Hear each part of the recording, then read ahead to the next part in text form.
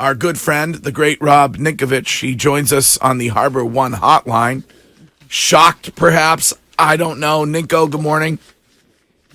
Greg, what's up? You sound emotional this morning. Is there a little tickle in your throat? Are you crying? Yeah, I'm trying to. I'm under the weather, but I'm glad that I'm here. I for this momentous occasion. Imagine if I was homesick. Imagine if I called in today. No, I cannot. Are you shocked? No. I mean, honestly, didn't it feel like there was a writing on the wall? Kind of. You felt it a little bit. It was awkward at times. The season was not good. It's a sad day. It's a weird one of those days where you think, wow, the last 20 plus years has been an amazing journey. We've won so many games, championships, the end of an era. It's a bit sad. It is, but I think you also have to look at it in a sense of there's always going to be an ending and there's always going to be a new start. So what's the new start? We'll find out soon. We don't know, but Bill Belichick and what he did for myself personally and my family, I can't thank him enough. He gave me the opportunity to play in the NFL and to have a career and to win championships. I'm forever, grateful for that opportunity. Rob, here's what I don't get.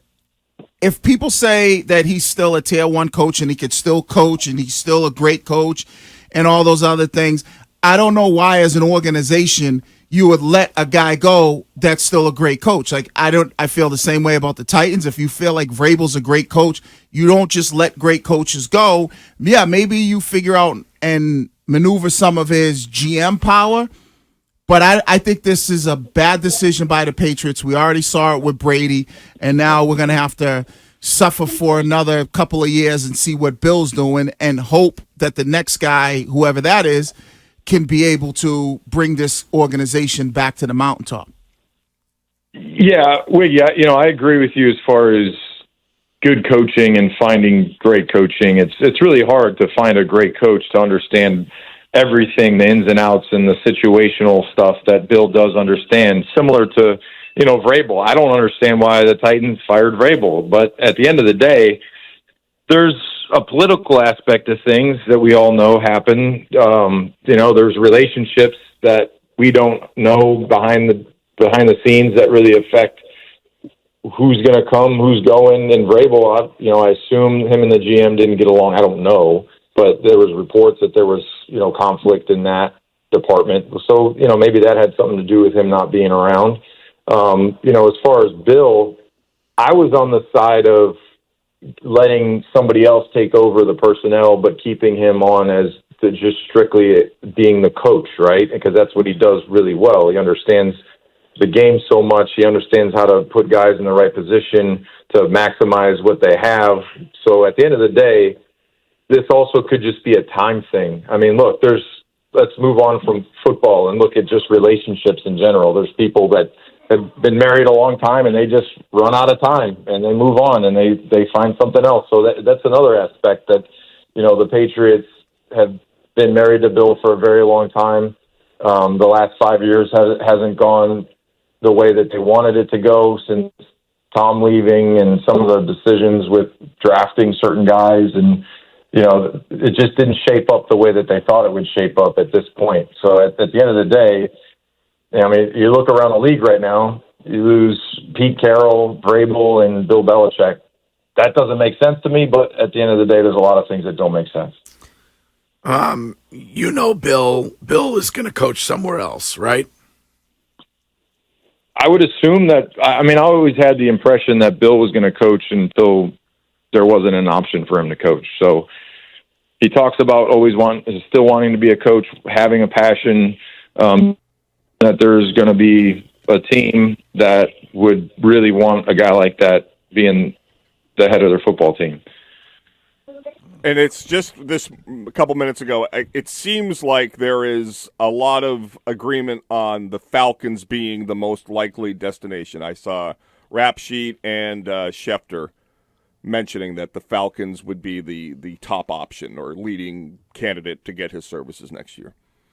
I mean, and that's a team that you look at, and they have a bunch of positions that need to be addressed. I mean, who's their quarterback? I don't even know who their quarterback is. It was Desmond Ridder this year, but it ain't going to be next year. Yeah, so they have a big quarterback vacancy. There's a few things that need to be addressed there. So if I'm Bill, I need to kind of look at every team that's an option and go to the most talented team, not the team that needs rebuilding or doesn't have a quarterback.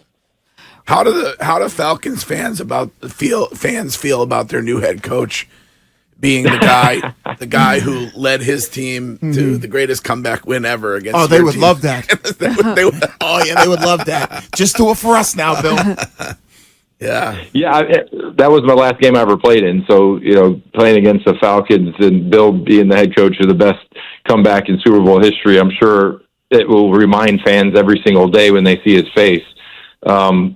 So I just, when I think of Bill Belichick and the Falcons, it just,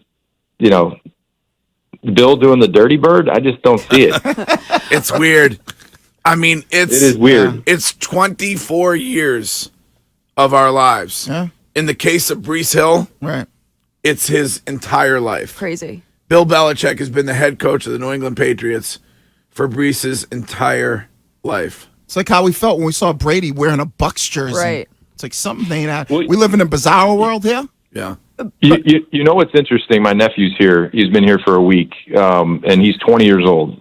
So we went to the game against the Jets, and we left the stadium, and he said, "You know what, Uncle Rob? It's just not the same. It just doesn't have the same feeling." And it's just so weird to think that, it's changed. It's definitely changed. So you can feel it. Maybe a change is something that needs to happen to get some energy back, because it definitely, you don't feel the energy, especially when it's snowing and you only score 3 points. Yeah. Rob, but even if you get the energy back, there's a lot of people who think that this change is just going to fix it all. There's a lot of other things that need to go into getting the Patriots back to the top, correct? Yeah, you need a quarterback. Mm-hmm. You need offensive line. You need 2 tight ends that are capable. You need an extra receiver to be a number one. You need a few things. So it's not just going to be a simple fix in getting a head coach. Everything's right back to where it's at, and you're competitive. You got to win in this draft. This is going to have to be the best draft that they've ever had. Just a quick note. Just reported on ESPN that there was no conflict in the end, according to them, between Robert and Bill. And today at noon, you can hear it live on WEEI with Gresh and Fourier. Robert Kraft and Bill Belichick will address the media together. They will? At noon. Together at noon today? According to Stacey James with the Patriots. Oh, my goodness gracious. All right, Rob. Wow. It is the end of an era. And what an era it was. I'm sad right now. I know not gonna you lie. are. Right? Sad. It's sad. It's sad for me. It's sad for a lot of people. It's sad for everybody who's a fan of the last 24 years. That's for sure. I'm sad, but you know what? Now I don't want no effing BS. Open the checkbook, go out there, sign players, T. Higgins, Justin Jefferson. I don't give a damn. Well, yeah. I mean, if you're Robert Kraft, you can't point at Bill anymore. No more. And say it was all Bill who didn't want to spend money. Like my mother used to say to the rich people, put your money where your mouth is. All right, Rob. Thanks, bud. Thanks for the call. See you guys. It's Rob Ninkovich. That's what I expect now. Isn't that not the expectations from the organization moving forward? You tell me you got all this money now in the offseason. You're going to have the number 3 overall pick, and I think we expect them to go out and get one of those 3 guys. I don't want to hear no T. Higgins if he's available. If Justin Jefferson's there, whoever the new coach is, the new GM, I don't want to hear no complaining about, it's a collective effort on us not bringing in these type of players.